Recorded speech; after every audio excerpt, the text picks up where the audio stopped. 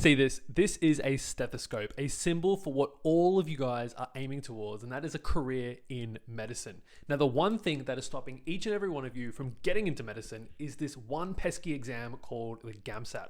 Now, most of you guys are coming from a science background. Maybe you're a biomed undergrad, maybe you're working as a pharmacist, but whatever it is, most of you guys are sitting the GAMSAT coming from a science background, and this video is designed to help you through section 1 and section 2 coming from those science backgrounds. You spent years grinding biology and anatomy, thinking section 1 and section 2 can't be that hard. Then you sit the exam and it hits you. Holy this exam is tough. Suddenly you're looking at a poem and none of the words make sense. You're looking at essay prompts and you've got no idea what to write. And this is when it hits you. Section 1 and section 2 of the GAMSAT is the hardest part. So how do you fix it? How do you get into medicine and make that stethoscope not just something you see on a YouTube video, but rather your prized possession? Well, this video is going to break down some strategies and tips specifically designed for you guys coming from science backgrounds to help you with the GAMSAT. So let's start off with understanding why science students struggle so much in section 1 and section 2. And to me, it comes down to one key principle that I've seen in the hundreds of students that I've mentored in the GAMSAT, and that is the one right answer fallacy. When you're doing science and you're doing mathematics, you tend to only objectively see one right answer. It's objective, it's measurable, and you know exactly where you're headed. 2 plus 2 equals 4. It doesn't equal 5, it doesn't equal 3 unless you're George Orwell, but 2 plus 2 equals 4. Now, when you're writing an essay, there is no one right answer. When you're doing section 1 analysis, there might feel like there's multiple right answers and you need to pick the best one. The key thing here is getting over the fallacy of the one right answer. Now, the other thing that stumps students up here is that section 1 feels like a foreign language. The reality is, though, each and every one of you guys that can understand this video have the skills to understand, dissect, and perform in section 1. It's in English, but it's in a slightly unusual format.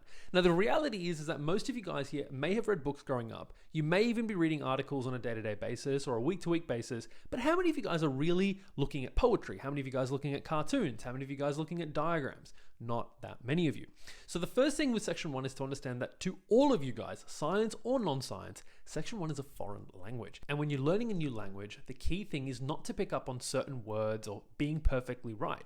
It's about generally understanding audience, tone, inference, things you can pick up more broadly from understanding and reading the text. Then we get to section 2, and this is where the panic really sets in. Most of you guys haven't written an essay since high school, and when you're tasked to sit down and write 2 full essays in 1 hour, oh my God.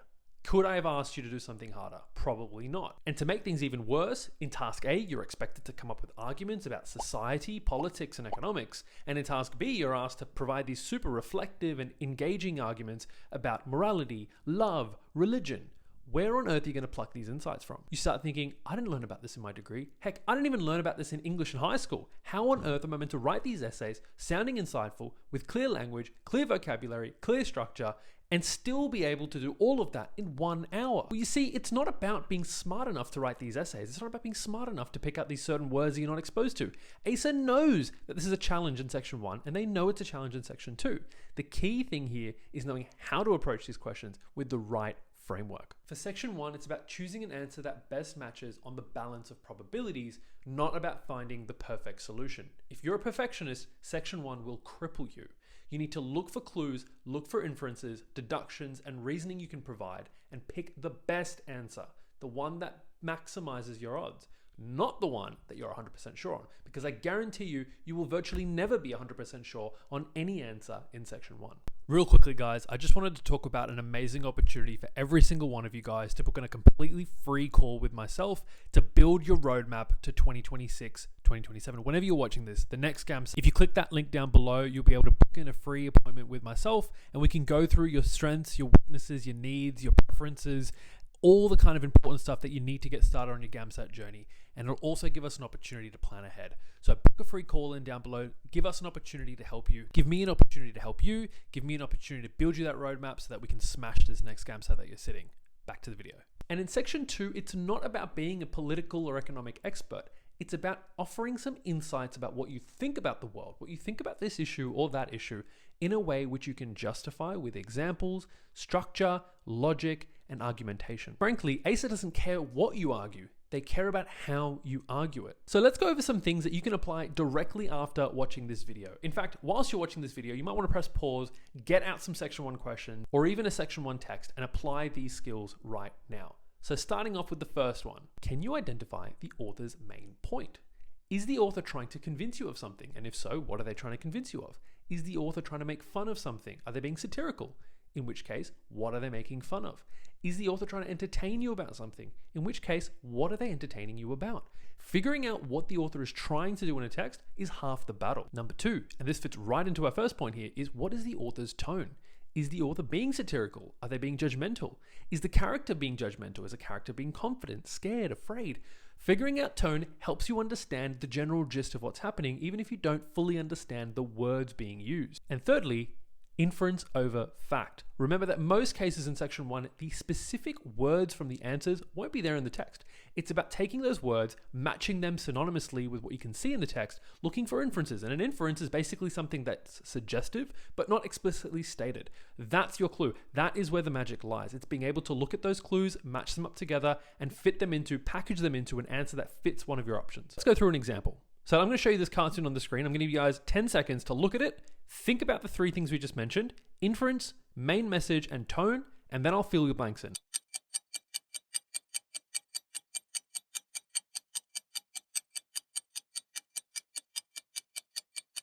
This particular cartoon clearly has something to do with the justice system, and I would argue that the author is trying to convince you of a particular issue within the Justice Department. Specifically, there's a racial problem, specifically an intergenerational racial problem that they're trying to point the light to. The tone.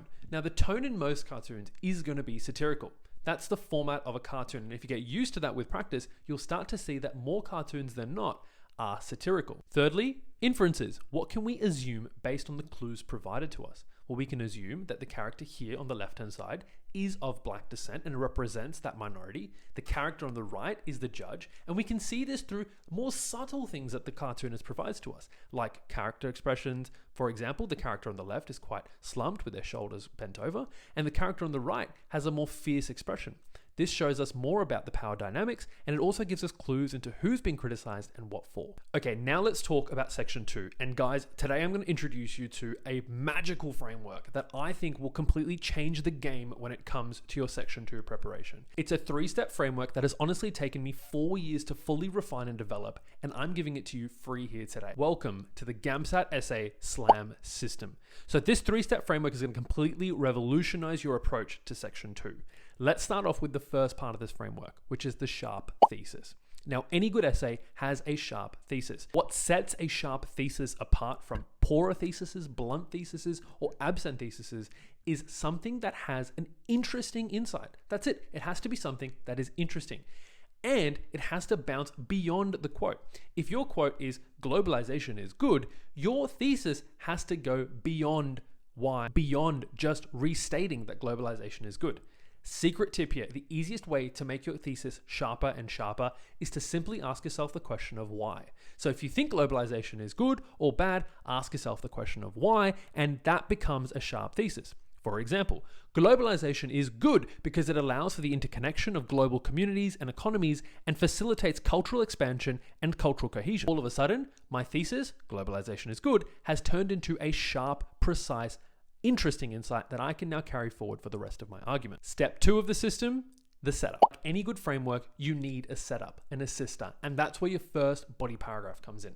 The job of your first body paragraph is simple. It's there to set up your insight. It's there to, number 1, provide any relevant context that's relevant to the discussion you're having. So if you're talking about a specific scope, let's set that scope up. Let's dissect it. Let's analyze it. This is also an opportunity for you to use some level 1 evidence. Level 1 evidence is current affairs, examples, history, hypotheticals, statistics. Anything that is surface level and tangible is really paramount here for your setup paragraph. Now, what's really important here is your setup sets up the 3rd step of the framework, which is your second body paragraph, and that is your slam dunk. Your slam dunk is your second body paragraph, and this is where your insight comes to life. You see, what we're doing in the slam dunk is we're taking our setup and we're finishing it off. We're extending this insight into something more specific, insightful, and something more interesting. So for example, if I'm arguing globalization, I might start off by dissecting the overall framework, context, and background of globalization in the scope that I've taken, which is economics, for example. So I might talk about free trade theory. However, once I move into that second paragraph, I now slam dunk. No longer am I broadly talking about globalization and economics and free trade. I'm specifically, precisely talking about, now I'm going to start critiquing it. I'm going to start breaking it up. I'm going to start dissecting it. This is where I leverage current day political ideologies, economic philosophies, neoliberalism, populism, democracy. All of these things I can leverage and bring into my essay to expand my insight about globalization and physically slam dunk it down and score my points. Now, if you find that slam system helpful, I've got a full 5-page PDF in the comment section down below and in the description that is going to completely help you implement this system into your own writing so that you can instantly turn your writing from 50, 60 directly into a 70+ level GAMSAT essay. Check the link in the description below and in the comments. Okay, so let's say you are from a science background. You're sitting here, you've been watching this video for 10 minutes or so, and you're finally figuring out that section 1 and section 2 is a hurdle you didn't previously foresee. How do we fix this? Well, here's 5 steps I want you guys to all take in the next 1 week to completely shift the gears in your GAMSAT. Number 1, let's start off with some daily reading. Now, personally, I don't care what you read. It could be Harry Potter, it could be Alice in Wonderland for all I care. I want you to start reading. I want you to get in the habit of exposing your brain, your eyes, your emotions to words on a page. So many of us are so locked into this windfall of TikTok and Instagram and Twitter and whatever else it is that we forget about reading. And fundamentally, if you can read, that's half the battle in section 1. If you can read a text and understand it, the questions will start to make more and more sense. They'll crystallize themselves in front of you. So pick out some poetry, philosophy, some fiction, start reading. If you're looking for some reading recommendations, let me know in the comment section down below and I'm happy to reply with some of my best recommendations as well. Step 2 and step 3, write an essay. And I want you to write a task A and a task B. So that's why it's 2 steps here. It's really important that not only do you practice your section 2, but you practice both tasks. I have so many students that are practicing task A and not practicing task B and vice versa. It's so important that you expose yourself to both sets of essays. Don't aim for perfection, aim for reps, aim for fluency, aim for putting the work in. This is one of those rare instances where quantity actually trumps quality. If you try and just write the perfect essay, you won't write enough essays. But if you write enough essays, you will write the perfect essay. It's simple as that. Step 4, some timed section 1 drills. I want you guys to get used to doing section 1 questions in a timed setting. It's really important that you don't give yourself 5, 6, 7 minutes per question. Give yourselves a maximum of 2 minutes per mark and grind out some section 1. And as you're doing that, use my section 1 tracker, which is linked down below and on the screen right now, you can see it. That is going to be helpful for you guys to understand where your problem areas are in section 1. You can't improve in section 1 if you don't know where to improve. Do you struggle with cartoons? If so, do more cartoons. Do you struggle with comparison questions? If so, do more comparison questions. Simple as that. And step 5, what's your why? It's so important along this whole journey of the GAMSAT to understand why it is that you're trying to sit this exam. Think about it, meditate on it, write about it, journal about it, whatever you want to do. It's so important to keep that vision in mind so that your motivation doesn't fluctuate, it doesn't fall down, and you can keep driving towards your goal. If it's for that stethoscope, which I'm going to bring back here, this stethoscope right here, if it's for that, if it's to make this a prized possession, get an image of a stethoscope, print it out, put it on your wall so you don't stop working hard. Whatever the cause is, whatever the reason is that drives you to sit this exam, I want you guys to remember that and keep it as the utmost priority as you grind yourselves through one of the hardest exams in the entire world. So I want to summarize myself here. The problem that most students have here is that they don't know how to study for section 1 and section 2. There is a fix to that, there are approaches in place for that, and now it's about implementing those before your next sitting. If you found this helpful, check out the free resources in the description and comment section down below, including the PDF system of the 3-step SLAM system that has a fully annotated essay in that on globalization as we just discussed, which will show you how to completely take your essay writing to the next level. Even if you can just follow those 5 steps we discussed today, I guarantee you your GAMSAT prep is going to go through the roof and to the next level. Thank you all for watching, and if you're looking for more GAMSAT content, hit that subscribe button, tap the notification bell, and follow me on all other social media platforms because I've got so much more GAMSAT content coming for you guys very, very soon.